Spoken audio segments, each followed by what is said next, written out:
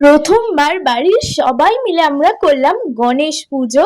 আর এখানে সকাল সকাল ঠাকুর মশাইও চলে এসেছেন আর পুজোও আরম্ভ হয়ে গেছে। জানো তো, এই বছর গণেশ পুজো তিথিটা না খুব ভালো পড়েছিল, সাথে আমার জন্মদিনও একই দিনে ছিল। সব রিলেটিভরা গেস্টরা আস্তে আস্তে শুরু করছিল।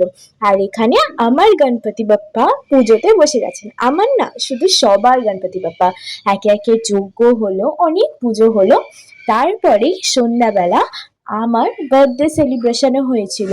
আর বার্থডেটা ঠিক যেইভাবে কাটিয়েছি, অনেক ভালো সুন্দর করে কাটিয়েছি সবার সাথে মিলে। আর বার্থডে কি কি গিফট পেয়েছি সেগুলো দেখতে হলে তোমরা কমেন্ট বক্সে এসে গণপতি বাপ্পা মোরিয়া কমেন্ট করে যেও, আমি তোমাদের সাথে নেক্সট ভিডিওতে শেয়ার করে দেবো। আর এই দেখো, এখানে আমার ছোট্ট হাম্পু কেক খাচ্ছে একটু একটু করে, আর আমায় কেমন লাগছে অবশ্যই জানিও। তো এখন আসি, গণপতি বাপ্পা মোরিয়া।